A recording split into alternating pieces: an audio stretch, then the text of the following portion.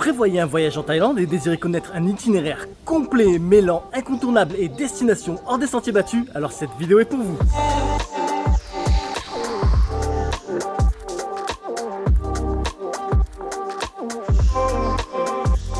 Salut les amis, c'est Monsieur Puss et dans cette vidéo je vais vous donner un itinéraire complet sur 12 jours en Thaïlande. Et c'est parti, là je viens de récupérer ma mère et mon beau-père, on vient d'arriver à l'hôtel, ils sont un peu fatigués, ils vont prendre une douche et faire une petite sieste. Donc en attendant, je vous montre l'hôtel que j'ai choisi pour les 2 prochaines nuits, vous allez voir, c'est un petit cocon de verdure dans Bangkok, c'est magnifique. Et après ça, je leur ai réservé un petit massage au spa de l'hôtel, histoire que vraiment ils commencent le voyage tranquillement, puis ensuite on va aller manger. Et bienvenue à The Rawikanlaya Bangkok Resort. Comme vous voyez, c'est un petit cocon de verdure en plein cœur de Bangkok, avec tous ces grands arbres et les champs d'oiseaux. On se croirait d'ailleurs pas dans la capitale thaïlandaise. Ajoutez à ça, vous avez la piscine, ce qui transforme le lieu en petite oasis au cœur de la jungle urbaine. Maintenant, voici nos chambres. On a tous eu les mêmes. Ici, la décoration est sobre, le lit est très confortable. Vous avez également une penderie, la télé, un coin bureau et là, petit aperçu à la salle de bain. Ceci dit, direction le salon massage de l'hôtel et ils commenceront par un petit bain des pieds avec une eau parfumée et ensuite c'est parti pour 1 heure de détente qui fait du bien quand on vient d'atterrir. Tout le monde est bien reposé et il est l'heure de dîner et pour ça direction Bantatong. Bantatong, c'est un quartier où il y a à outrance de restaurants, de cuisine de rue. Franchement, il y en a pour tous les goûts, tout est bon. On va encore se régaler, je sens. Premier arrêt, Pork Satay Nai Song. Ici, c'est simple. Leur spécialité, ce sont les petites brochettes de porc. Et à mon goût, ce sont les meilleurs que j'ai mangés à Bangkok. Et pour info, cela coûte 10 bahts l'une. Deuxième arrêt, c'est un stand qui vend du khao kamu. Le khao kamu, c'est de la viande de porc cuite à cuisson lente, ensuite servie avec du riz, des œufs et des petits légumes. Et ici, une assiette coûte 80 bahts. Après avoir bien mangé, on prend un tuk-tuk et direction un rooftop. Ce rooftop, c'est Eagle Nest Bar qui offre une super vue sur Wat Arun et de l'autre côté sur Wat Po. C'est l'endroit idéal pour un rafraîchissement avec une super vue.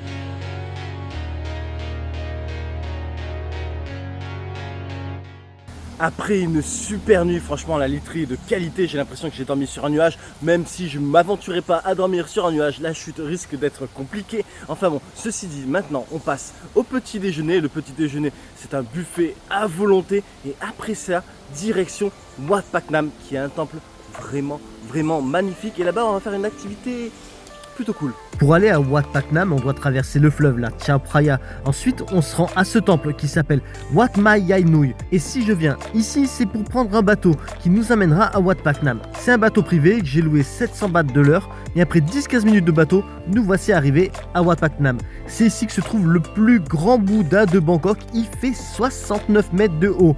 Il est vraiment impressionnant. Rien que pour ça, ça vaut le coup de venir ici. Mais c'est pas fini, c'est aussi un complexe bouddhiste avec plusieurs lieux de prière. D'ailleurs, ma mère s'est pris au jeu et a même mis sa petite feuille d'or sur une statue de Bouddha ainsi que sur une statue d'un éléphant. Ensuite, une autre partie à ne pas manquer à Wat Phak Nam, c'est la grande stupa. Les premiers étages sont un musée du bouddhisme, mais au dernier étage se trouve cette stupa de verre qui est vraiment de toute beauté. Clairement un incontournable à Bangkok. Ajoutez à ça, à cet étage, il y a un balcon avec une vue sur la skyline de la ville et sur le temple juste en face. Ensuite, on reprendra le bateau à partir de Wat Phak Nam, toujours le même monsieur à qui j'ai loué le bateau, et il nous emmènera déjeuner à un petit resto au bord du canal. Ici, on aura mangé entre autres un tom yum, des nouilles et tout était trop bon.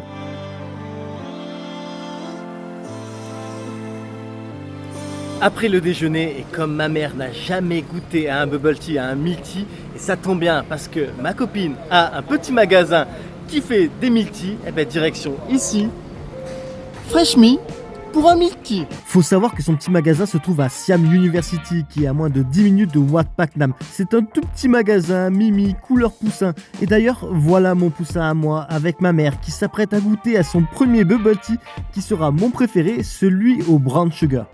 Alors, impression à chaud. C'est bizarre. C'est bizarre. Oui, il y a des bulles, mais des bulles solides. Les bulles ne sont pas des bulles d'air. C'est incroyable. Est-ce que t'aimes? Est-ce que c'est bon? Étrange. C'est étrange, d'accord. Mais très bon. Ok. Première fois. Après cette expérience, on prend le métro, le MRT, qui d'ailleurs nous offre à un moment une vue sur Wat Phra Nam. C'est sympa, non? Bon, faut savoir que le milk tea et les bubble tea, c'est un truc hyper calorique. Donc, après avoir pris le métro et être sorti à l'arrêt Silom, sortie numéro 1, nous sommes maintenant au parc Lumpini pour une activité qui va nous faire brûler des calories. Alors, je sais pas si vous l'avez compris avec cette image, mais la prochaine activité sera insolite. Et oui, regardez-les dans leur pédalo en forme de cygne, s'ils sont pas Mimi et moi qui perds toute ma virilité dans mon pédalo en forme de poussin. Enfin, en plus du pédalo, le parc Lumpini c'est super sympa pour s'y balader et également observer les gros varans qu'il y a en liberté dans le parc. Avant de rentrer à l'hôtel, on s'arrête en chemin à la gare Walangpong pour profiter de l'exposition des trains qui retrace l'histoire des trains thaïlandais. Il y avait quelques modèles qui permettent de bien voir l'évolution du train en Thaïlande. C'est beau, intéressant à voir, on en aurait donc tort de s'en priver. Ensuite, on va à la Walangpong Pier pour prendre le bateau qui nous ramènera à l'hôtel. Et pour info, cette ligne est gratuite, ils utilisent des bateaux électriques. Ça nous a pris plus ou moins 20 minutes. Et pour rentrer à l'hôtel, 20 minutes de balade sur les klongs de Bangkok, c'était appréciable. Je vais leur faire manger thaïlandais pendant 2 semaines, du coup j'en profite qu'on soit encore à Bangkok pour les mener à Moza Baikokot, qui est tout simplement mon resto de spécialité italienne préféré en Thaïlande. Clairement. Pour commencer, ce qui est bien à Moza Baikokot, c'est que vous pouvez soit manger en terrasse, soit manger dans la salle climatisée. Ceci dit, on commence par un apéritif et un énorme plateau de cold cut avec de la super bonne charcuterie et de super bons fromages italiens. Ensuite, on passe à la pizza et pas n'importe quelle pizza. J'ai pris ma préférée, la pizza 8 fromages. Oui, 8 fromages. Moi, la pizza 8 fromages de Moza, je l'ai validée, je la valide et je continuerai à valider. Elle est méga bonne, vraiment. À Bangkok et en Thaïlande, vous ne trouvez pas meilleur. Alors là, vous allez me dire, ouais, t'as testé toutes les pizzerias. Non, mais clairement, venez à Moza et dites-le moi s'il n'y a pas meilleur. Voilà. Alors, comment tu la trouves sérieusement et comparé aux pizzas françaises? La garniture géniale. La pâte bonne, fine, c'est important. Note sur 10, combien tu mettrais? 9 sur 10? 9. Génial. Alors Daniel, la pizza 8 fromages, t'en penses quoi? Alors une pizza 8 fromages, ça pourrait paraître trop, mais non, c'est délicieux. La pâte est très bonne et les fromages 8, mais tous aussi bons les uns que les autres. Voilà. Ensuite, on a également goûté à leur pâte aux truffes, à leur risotto aux côtes de porc super tendre, à leur dessert et tout était fantastique. Pour terminer la soirée et brûler quelques calories, on se promène dans Bangkok et direction ce nouveau centre commercial qui s'appelle Hemsphere. Et je les emmène ici car je veux qu'ils découvrent cette passerelle faite d'écrans en LED. Je trouve ça trop cool. 3e jour, là je suis dans un Grab, le Grab c'est équivalent de Uber, en direction du loueur de voiture. Donc là je prends une voiture pour 9 jours et ça me coûte 605 bahts par jour, ce qui fait grosso modo 15 euros par jour. Juste après, je vous montre la voiture et à ceux que ça intéresse, n'hésitez pas à me demander en commentaire chez qui je l'ai loué et je vous donnerai l'adresse du loueur. Voilà, allez, je vous montre la voiture de suite. Et voici la voiture que j'ai louée pour les prochains jours. C'est une Toyota Yaris. Je sais pas si cette version existe en France, dans tous les cas, elle était parfaite pour tous les trois, spacieuse et confortable. Ce matin, j'ai vachement perdu du temps. J'ai mis 1 heure pour faire du loueur de voiture jusqu'à l'hôtel. Et après, j'ai mis encore 1 heure de l'hôtel à là où j'étais. Il y avait du trafic, il y avait de la circulation, mais c'était abusé. Enfin ça c'est comme ça, c'est Bangkok. Alors attendez, je me mets à l'ombre là parce que j'ai mes pieds qui brûlent. Il fait super chaud, je suis pieds nus parce que je suis dans un temple, je brûle. Enfin bon, ceci dit, je vais vous expliquer quelque chose. Ce matin quand je suis allé louer la voiture, il faut donner une caution. La caution était de 5000 bahts, ce qui fait grosso modo 130 euros. Et je pouvais payer la caution uniquement en carte de crédit. Alors moi j'ai pas de carte de crédit, j'ai qu'une carte de débit. Elle m'a dit non, ça marche pas. J'ai dit je vous donne des espèces. Non, c'est pas possible. J'ai dit je vous fais un virement. Non, c'est pas possible. Alors j'avais la chance que ma copine elle a une carte de crédit, donc j'ai pu faire comme ça. Mais sinon c'était pas possible. Donc si vous voulez une voiture, pensez bien à ça, avoir une carte de crédit pour payer votre caution. Voilà. Ceci dit, après avoir traversé tous ces bouchons, ces embouteillages, nous sommes arrivés à Samut Sakhon. Samut Sakhon, c'est une province qui est à l'ouest de Bangkok. Ici, clairement, c'est en dehors des sentiers battus. Vous ne voyez pas de touristes. Et je vous amène à un temple où, clairement, ici, il n'y a zéro touriste, enfin du moins je suis venu souvent ici, j'en ai jamais vu. Ce temple s'appelle Pantai Nora Singh et la particularité de ce temple, ce que je surnomme le temple des coqs, c'est tout simplement parce qu'il y a plein de coqs. Alors pas des coqs vivants, des statuettes de coqs. C'est juste impressionnant.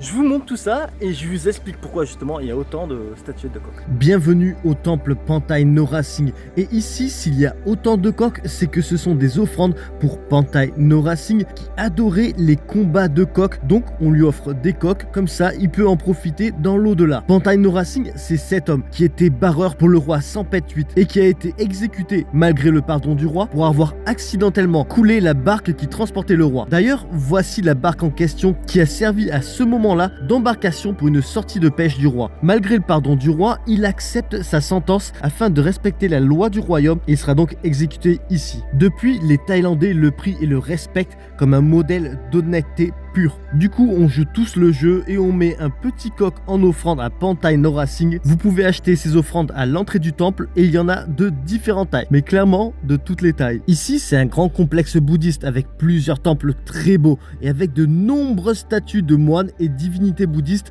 Ça vaut vraiment le détour. Et ne manquez pas d'aller faire une offrande à ce Bouddha de manière peu commune. Et grâce à ce convoyeur qui mène vos pièces directement dans la jarre de la statue, c'est vraiment original. On voit pas ça partout. Ensuite, direction Pak Bap Coffee et restaurant. J'aime bien le cadre au bord du canal, c'est reposant et on y mange bien pour pas cher. C'est clairement une bonne adresse dans les alentours. On reprend la route et on longe les marais salants, direction un autre endroit peu connu des touristes et c'est ce lieu, la forêt de mangrove de Samut Sakhon. Car ici, ils ont installé un sentier en béton sur pilotis qui permet de se promener dans la forêt de mangrove. Cette balade est assez longue, elle s'étend même au-dessus de l'océan.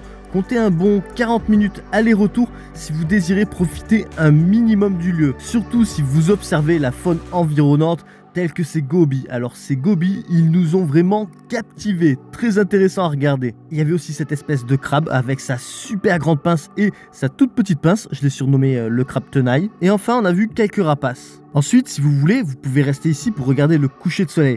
Mais j'ai d'autres plans en tête. Et direction notre hôtel. C'est un de ces bungalows là et ça s'appelle Shanley Resort. Ici, on a chacun une chambre simple mais avec tout le confort nécessaire. Et le meilleur, c'est cette terrasse avec vue sur l'océan.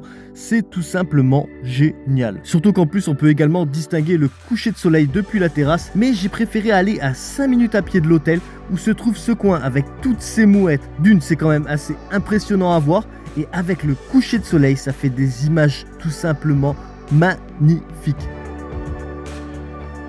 On retourne ensuite à l'hôtel, petite douche avant d'aller manger ici à You Café & Craft. L'endroit est joli, le personnel est top et on y mange bien. D'ailleurs, je vous recommande cette grosse omelette de crabe. Alors maman, comment il était ce resto? Je trouve qu'il est formidable. Il est décoré avec beaucoup d'invention, de créativité. C'est étonnant d'arriver ici, c'est propre, c'est net, c'est moderne. Et la nourriture est délicieuse. Au top. 4e jour, alors ce matin je me suis levé pour voir le lever de soleil. Mais bon, pas tip top, hein. Il y avait une grosse barre de nuages sur l'horizon. Donc bon, c'est pas le plus moche que j'ai vu non plus. Mais peut me faire. Ceci dit, là on est au petit déjeuner. C'était un peu compliqué de commander. Mais heureusement qu'il y a notre ami Google Translate. Ça franchement je vous recommande vraiment de télécharger avant de partir. Ça vous change la vie quand si vous parlez pas thaï ou pas anglais et qu'ils parlent pas anglais ou quoi. Voilà, Google Translate, ça vous aide vachement. Donc là, petit déjeuner, et après on reprend la route, direction un endroit que j'aime beaucoup, la province de Kanchanaburi. Entre Samut Sakhon et Kanchanaburi, il y a environ 2h30 de route. Mais nous, on a mis 3 heures pour arriver ici, à Tamkrasae, pour voir une partie du chemin de fer de la mort de Kanchanaburi, qui est ce viaduc, le viaduc de Vangpo, qui est à fleur de falaise. Vous pouvez même marcher sur le pont, et l'accès est gratuit. Ajoutez à ça, ne manquez pas ici ce sanctuaire dans la grotte de Krasae. En mars, il fait super chaud ici, alors clairement, la noix de coco fraîche était la bienvenue. Ensuite, direction un autre site historique bien plus vieux, c'est Muang Sing Historical Park. Ce sont des ruines d'un ancien temple khmer relativement bien conservé. Ici, l'entrée coûte 100 bahts par personne, soit plus ou moins 2,50 € et comptez plus ou moins 30 minutes pour la visite. C'est sympa, c'est pas partout qu'on trouve des anciens temples khmer en Thaïlande et le temps d'un instant, on peut s'imaginer à Angkor. Après tout cela, il est temps de découvrir notre hôtel pour les 2 prochaines nuits et voici Sakharin Valley Resort et ici on avait une maisonnette avec 2 chambres dont voici le très spacieux salon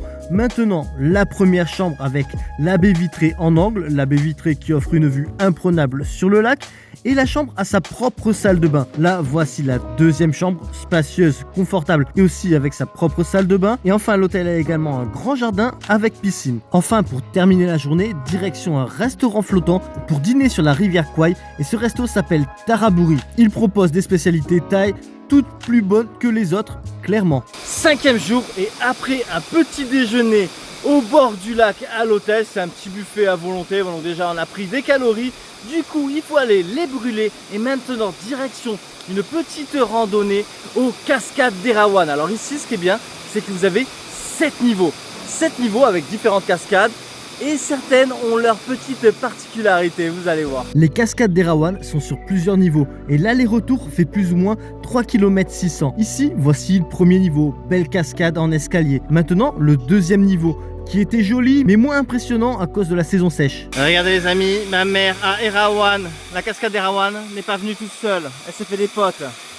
Voilà, les petits papillons, hop, voilà. Ses potes les papillons, ils sont pas mignons. On continue, voici le 3e niveau avec une chute d'eau plus grande en hauteur. Et ici, le 3e niveau qui est la cascade toboggan. Puis là, c'est le niveau 5 qui est encore une cascade en escalier. Là, ça y est, c'est l'heure du déjeuner. On est monté en fait jusqu'à la cascade numéro 5. Après, le sentier, il est pas top. On avait un peu tous faim, du coup bon, on a rebroussé chemin. Donc moi je suis déjà venu ici, donc je vous montre la cascade numéro 6, là que vous voyez juste là, c'est la 6.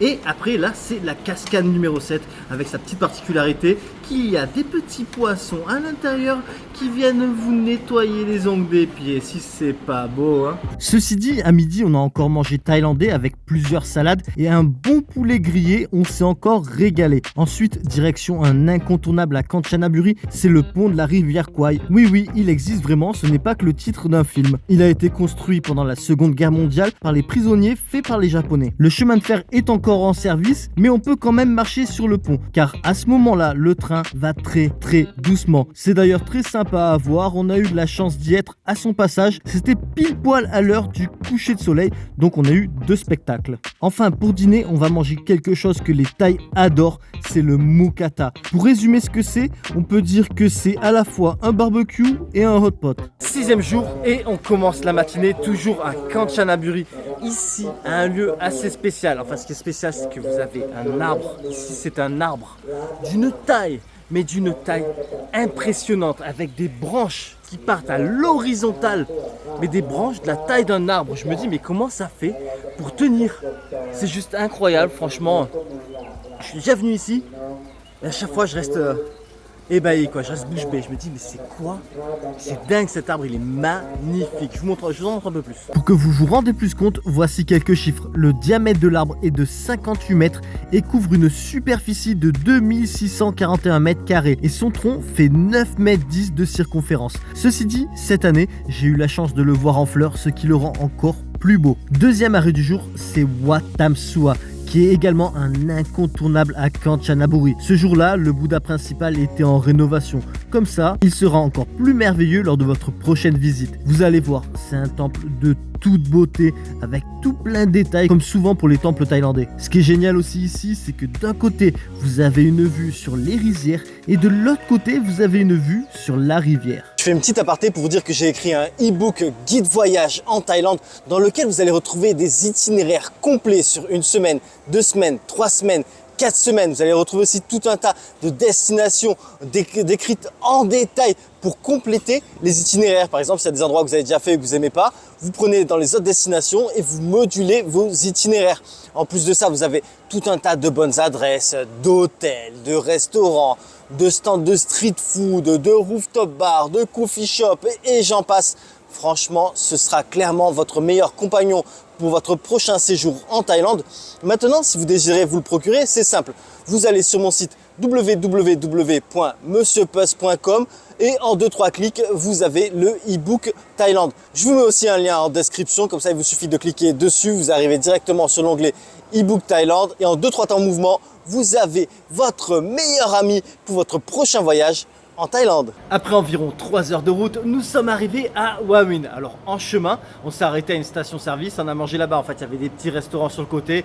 Du coup, on en a profité aussi pour manger. Et là maintenant, nous sommes donc à Hua Hin, mais plus précisément au Royal Pavillon Hua Hin. C'est ici où on va séjourner pour 2 nuits. Alors, je vous montre la chambre et puis après, je vous montre où on va passer la fin de journée parce qu'il est quand même déjà 4h30. On va un peu se prendre une bonne douche, se reposer un peu et puis on repart en baroude. Voici le type de chambre qu'on a eu ici à Royal Pavillon Hua Hin Hotel. Elle est confortable et spacieuse. L'hôtel dispose également d'une piscine et d'une salle de sport, c'est bonus. Juste à côté de l'hôtel se trouve l'ancienne gare de Hua Hin, qui est très jolie et dont la nouvelle gare en est inspirée. Ici se trouve également le bâtiment où la famille royale attendait le train. C'est vraiment beau, c'est à voir. Après un court passage à l'ancienne gare de Hua Hin, direction le marché de nuit de Hua Hin que je vous ai monté 36 000 fois, mais c'est pas grave, je vous redécris le lieu. Ici, c'est toute une rue dédiée au marché de nuit. Vous y trouvez des stands de souvenirs, des stands qui vendent des vêtements, des stands de street food, en tout genre, street food en tout genre, des fruits de mer, tout ça, tout ça. Moi, comme d'habitude, je vais au milieu du marché et sur la droite en descendant, vous avez un petit stand qui fait des patailles, mais des patailles pépites. En plus, il y a des tables pour s'asseoir parce qu'il y a plein de stands qui vendent de la bouffe, mais vous en savez pas. Hein. Donc du coup, ici on s'assoit, on déguste notre petit pataille, on va se boire un petit jus de fruits ou une bouteille d'eau tout simplement. Enfin voilà, on est bien. Ben en fait, à boire, on s'est pris des noix de coco fraîches et un jus de longan. J'adore ce fruit, que ce soit à manger ou en jus. En dessert, j'ai voulu essayer cette crêpe à la glace de taro et au persil. Oui, résultat des courses, ben c'était pas mal. 7e jour et après un bon petit déjeuner, donc ici à l'hôtel ils nous ont servi un buffet à volonté au petit déjeuner. Seulement la journée commence au café alors qu'on vient de finir le petit déjeuner. Donc ma mère a décidé de faire une petite insomnie durant la nuit, donc hop là, petit expresso, là ça part dans les veines, ça nous donne du peps pour aller faire une petite balade qui va nous amener à un endroit pépite, vous allez voir. Je vais mettre des paillettes dans les yeux. On arrive sur la plage de Bang Phu à 50 minutes au sud de Hua Hin. Ici, on va prendre un bateau qui va nous faire un raccourci d'une randonnée. En gros, on va contourner la montagne et l'aller-retour en bateau coûte 400 bahts pour tous les 3. Il nous déposera sur cette plage, la Msala Beach, et d'ici on commence une montée de 500 mètres que des marches. Alors, vous pouvez faire des pauses, en plus il y a des points de vue sympas. Puis, au moment de redescendre, vous arrivez ici à ce qu'ils ont surnommé la cascade de pierre, qui sont de jolies stalactites qui ressemblent à une cascade figée. Ensuite, bienvenue dans le monde de Jurassic Park avec cette première grotte où on trouve de la végétation qui a poussé grâce aux 2 puits de lumière, la pluie et l'humidité. Ensuite, on traverse un tunnel qui lie la première grotte à une deuxième grotte. Dans cette grotte se trouve un autre puits de lumière qui permet à la végétation de pousser, mais surtout, il se trouve cet inattendu petit temple, c'est vraiment trop beau. Et pour information, ce petit pavillon et la butte sur lequel il se trouve a été construit à la fin du 19e siècle pour la visite du roi Rama V. Pour aller à la grotte où il y a le temple, ça prend à peu près 30-40 minutes. Et pour descendre, ça prend également 30-40 minutes. Perso, je l'ai fait en claquette. Ensuite, ma mère, 69 ans, l'a fait aussi. Donc franchement, vous pouvez le faire. Après ça, donc après s'être émerveillé devant cet endroit magnifique, quand on revient, pas loin de la plage, vous avez un petit resto, un petit truc tranquille, là voilà. On se prend à manger, moi je me suis pris du poulet avec des noix de cajou, c'est un truc que j'adore. On se casse le bide, on reprend le bateau et on repart à l'aventure. Maintenant, ils voulaient voir des singes, eh ben ça tombe bien parce qu'il y a un endroit ici à Hua Hin où des singes, ça manque clairement pas. Je suis à Wat Khao Takeb. Ici, vous allez voir des singes, mais des singes, mais il y en a. Mais c'est impressionnant. Comme vous voyez, c'est clairement pas ce qui manque ici les singes. Il y en a des centaines répartis un peu partout dans ce complexe bouddhiste. Ensuite, pour rappel, le singe, c'est pas le meilleur ami de l'homme. Il est voleur et n'hésitera pas à vous mordre si vous le touchez ou vous l'approchez d'un peu trop près. Enfin, tant qu'à être ici, n'hésitez pas à monter là où se trouve la pointe du temple. De là, il y a une plateforme depuis laquelle on peut bien voir la baie de Hua Hin. Le soir, on ira dîner à Shaolei Seafood. C'est un restaurant qui se trouve sur un ponton au-dessus de la mer. Ici, on y mange de très bons poissons, de très bons fruits de mer, mais pas que. En gros, on s'est encore régalé. 8e jour et la journée encore commence dans un café, car oui, Monsieur Puss fait le difficile, il n'aimait pas le café du petit déjeuner à l'hôtel, donc on s'arrête à un café Amazon.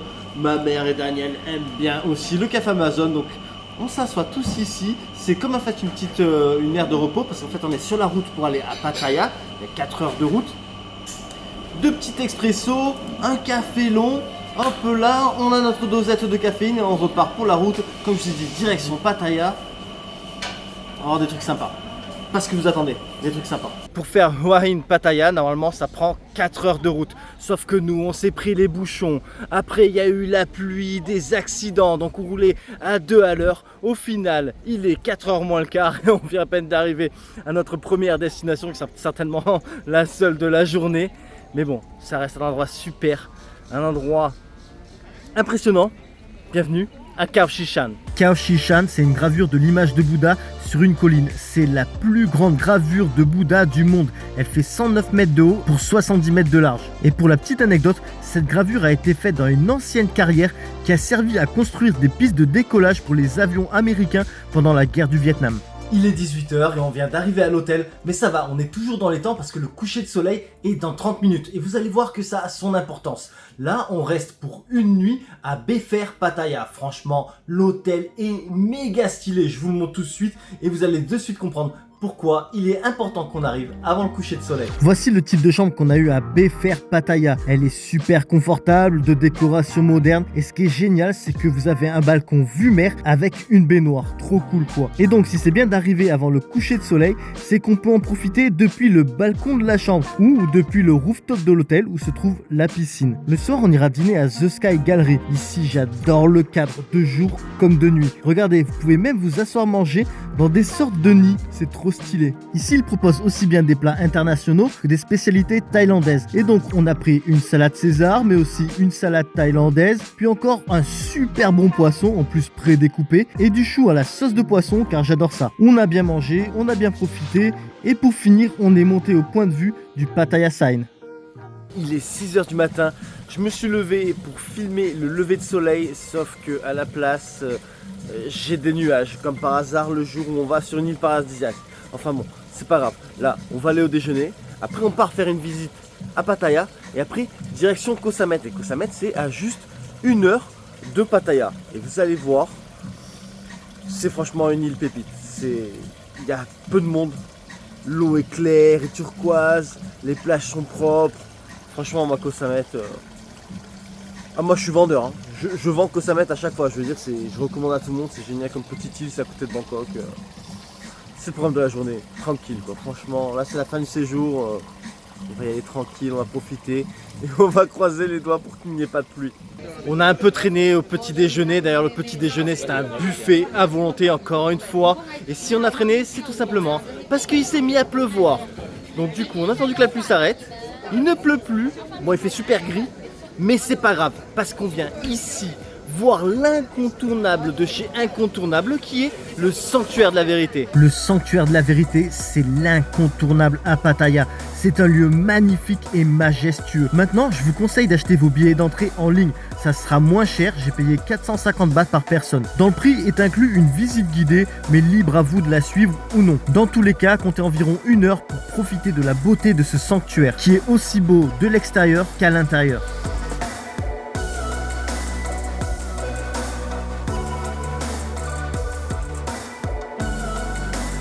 Point info météo, la situation ne s'améliore pas. En fait, même elle empire, il pleut plus que ce matin.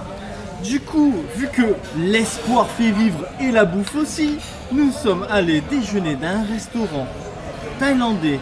Vous mangez bien, mais bien, je vous montre tout ça, vous allez voir, ça va vous mettre l'eau à la bouche. Voici tout ce qu'on s'est pris, on s'est encore fait plaisir, on s'est encore cassé le bide, car une fois de plus, c'était trop bon. Puis, comme si c'était pas assez, j'ai pas pu résister à me prendre un mango sticky rice en dessert. Il est 4h30 et devinez quoi, il ne pleut plus. D'ailleurs, je touche du bois, ça s'est bien découvert, j'espère que demain on va avoir un beau ciel bleu. Enfin bon, ceci dit, là, on est arrivé à notre prochaine destination, c'est Koh Samet. Koh Samet, c'est une île. Et maintenant, comment venir à Koh Samet? Alors c'est simple, quand vous arrivez à Nuang Thi Pier, c'est la jetée là où on prend le bateau, vous avez 2 options.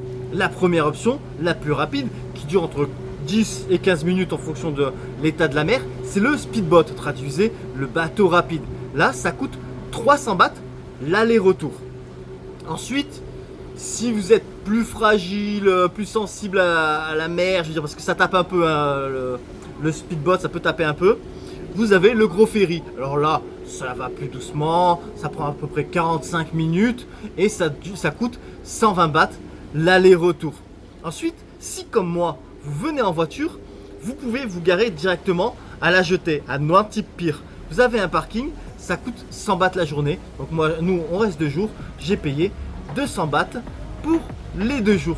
Et ceci dit, maintenant, je vous montre mon hôtel et après on va partir manger. Voici notre hôtel pour 2 nuits, il s'appelle Sunrise Villa, c'est des bungalows en dur avec des petites chambres simples mais propres et confortables et surtout avec une terrasse au bord de mer, ce qui automatiquement vous donne une super vue. Et le soir, vous pouvez même distinguer le coucher de soleil sur votre gauche. Ensuite, on est allé sur la plage principale de Koh Samet.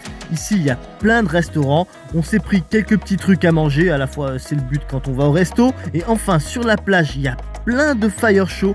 C'est sympa à regarder et ne manquez également pas celui du Ploy Alley. 10e jour, toujours à Koh Samet. La météo, le beau temps est de retour. C'est pas parfait, mais franchement, on va clairement pas se plaindre. On sent que le ciel bleu va arriver, il va bien dominer la journée. Là, on a commencé ce 10e jour à l'hôtel, posé, avec un petit café, tranquille. Après, on est parti louer des scooters. Donc les scooters, on les a loués 300 bahts la journée, c'est-à-dire qu'on les a pris à 10h. On les rend le lendemain à 10h. Avec l'essence inclus. De toute façon, pour passer un plein sur l'île qui est minuscule, allez-y, un bon courage. Ensuite, on allait prendre un petit déjeuner au bord de mer. Et là, on est à l'une de mes plages préférées à Koh Samet. C'est la petite plage de Ao Nang. Franchement, c'est une petite baie. L'eau est claire et cristalline avec un beau sable propre. Donc, franchement, c'est génial. Il n'y a jamais trop de monde. On se marche clairement pas dessus. On a loué des petites chaises longues pour 50 bahts la journée. Voilà, on se pose, on va se baigner, on se pose, on va se baigner. Alors, la journée là, c'est vraiment, voilà, on fait fin séjour assez relax. C'est cool. Du coup, comme on est à la cool, je vous fais une petite aparté pour vous parler assurance voyage.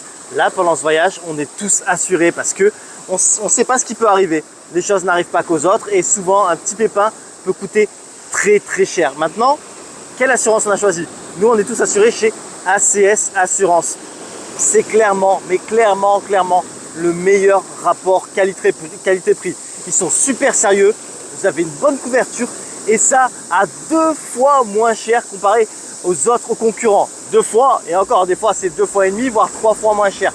Tout ça avec le même service, le même sérieux et une très bonne couverture. Maintenant, si vous êtes intéressé pour souscrire à une assurance voyage ACS, je vous mets un lien en description. Vous cliquez dessus et en 2-3 minutes, vous êtes assuré et vous voyagez l'esprit tranquille. Ensuite, direction une autre plage, celle de Ao Pakarang, pour un déjeuner tardif au resto qui s'y trouve et qui est en bord de mer. Ici, il y en a pour tous les goûts, aussi bien de taille que la petite pizza qui était pas si mauvaise. On continue avec une autre plage, Ao Prao, qui est très jolie, mais si je les emmène ici, c'est pour quelque chose de particulier. Attendez et regardez, et oui, il y a tout plein de poissons autour de vous, et ils sont souvent vers les rochers sur le côté gauche quand vous faites face à la mer. C'est incroyable le nombre de poissons qui viennent autour de vous. Après cette expérience, direction la pointe rocheuse au sud de l'île, car ici, à mon goût, c'est le meilleur endroit sur l'île pour regarder le coucher de soleil. Et enfin, pour finir la journée, on retourne manger sur la plage principale et regarder les fire shows.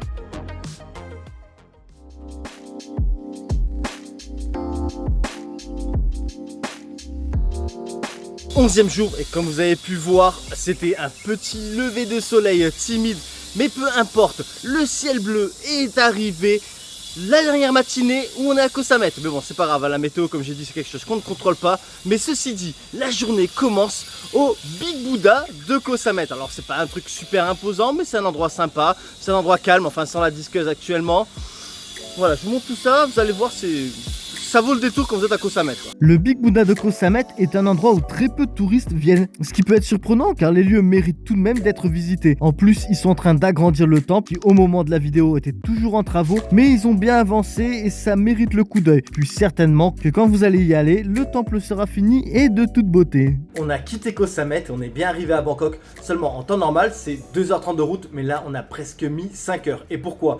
Déjà, on s'est arrêté déjeuner. Bon, pas longtemps, peut-être 40 minutes et on s'est arrêté déjeuner d'un endroit que j'aime bien. En fait, c'est un endroit que j'aime bien parce qu'il y a pas mal de choix. En fait, c'est une aire de repos, mais c'est comme une grande rue qui sort de l'autoroute. En fait, vous rentrez dans l'aire de repos, ça fait comme une rue avec plein de restos, mais vraiment plein de restos.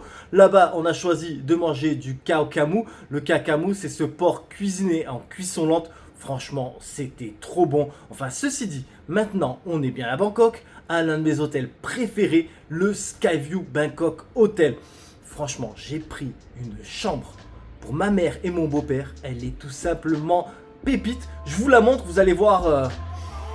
Vous avez pété un câble. Voici leur suite, elle fait 62 mètres carrés, il y a un coin salon, salle à manger, cuisine équipée. Ensuite, passons à la spacieuse et confortable chambre avec toutes ces baies vitrées qui offrent une vue sur la ville, c'est top. Et enfin, passons à la salle de bain avec la cabine de douche. Mais surtout, ici se trouve la baignoire au bord de la baie vitrée. C'est vraiment génial. Et c'est d'autant plus génial car ils vous mettent à disposition tout le nécessaire pour vous faire un bain parfumé. Pour le dîner, on est monté au rooftop de l'hôtel qui s'appelle Vanya Sky et qui offre une vue à 360 degrés sur la ville. Ici, vous êtes vraiment au cœur de la jungle urbaine et c'est aussi sympa pour profiter du coucher de soleil. Le rooftop fait bar-restaurant, donc on a commencé avec un cocktail, puis ensuite on a dîné là-bas et goûté à leur cuisine inspirée d'Amérique latine. 12e et dernier jour de ce séjour en Thaïlande et il commence à Skyview Bangkok Hotel. Alors avant de venir à la piscine, on était au petit déjeuner. C'est un buffet à volonté où j'ai encore fait des excès. Clairement, j'ai encore abusé, j'ai perdu le contrôle de moi-même.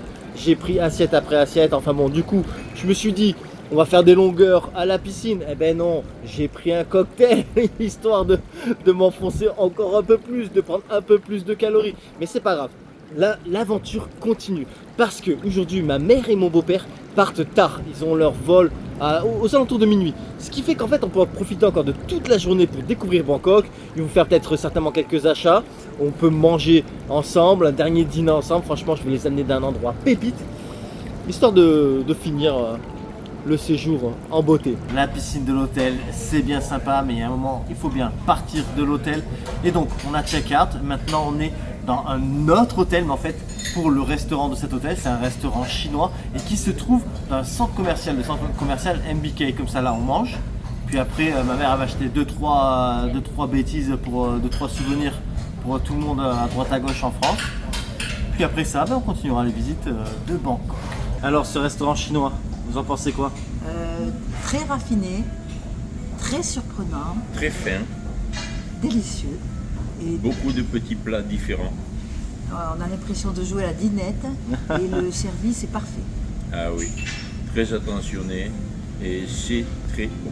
Après le déjeuner, dernier tour de tuk-tuk du séjour. Et disons qu'à 4 à l'arrière, surtout avec moi qui fait 100 kg, on était un peu serré. Enfin, on a pris le tuk-tuk pour venir ici, à Wat Arun. D'ailleurs, le prix de l'entrée a augmenté, c'est maintenant 200 bahts par personne avec une bouteille d'eau. Mais on vient pas pour la visite car ils ont déjà vu Wat Arun l'année dernière. Je les emmène ici pour que le temps d'un instant, ils portent des vêtements traditionnels thaïlandais. Et tout le monde se prend au jeu. Puis pour info, la location du costume coûte 200 bahts, soit à peine plus de 5 €. Et maintenant, regardez-les, ça leur va pas trop bien, non? Perso, je leur suggère de porter ça tous les jours. La classe, non? Dernier dîner du séjour, on est d'un endroit pépite à Bangkok où vous imaginez que vous n'êtes pas à Bangkok. C'est littéralement un petit cocon de verdure, limite une petite ambiance un peu mystique parfois.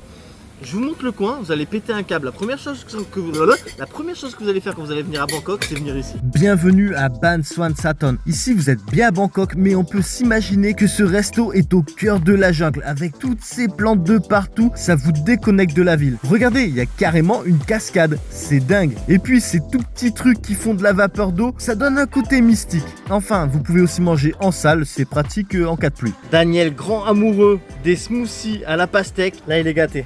Regardez-moi le truc, il a carrément une pastèque entière. Daniel, est-ce que ton voyage finit en beauté? Alors, la Thaïlande, ce n'est pas le pays des tuk-tuks, c'est pas vrai, c'est le pays des watermelons.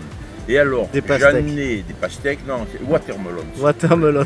Et alors, j'en ai mangé en long, en large et en travers, j'en ai mangé, j'en ai bu, mais comme ça, jamais. C'est merveilleux. À votre santé. Comme pour toute la durée de ce voyage, on termine en se régalant avec des spécialités thaïlandaises. Et c'est ici que se termine la vidéo. Si vous avez des questions, n'hésitez pas à les poser en commentaire. Et ceci dit, les aventures en Thaïlande continuent. les aventures en Asie continuent. Donc si vous désirez ne rien manquer, n'hésitez pas à vous abonner. Et je vous dis donc à la prochaine sur ma chaîne, la bisette. Mouah.